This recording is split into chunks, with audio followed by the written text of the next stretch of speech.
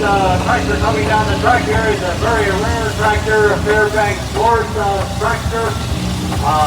There's only very few of these in existence today anymore. Fairbanks Morse was a fairly short-lived manufacturer of heavy prairie tractors. They were better known for their stationary engines and their parade tractors was kind of short-lived.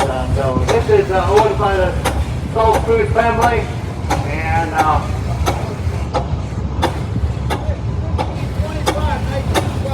okay, built 1912, 15 drawbar horsepower, 25 belt horsepower, 1525. Thanks for bringing it.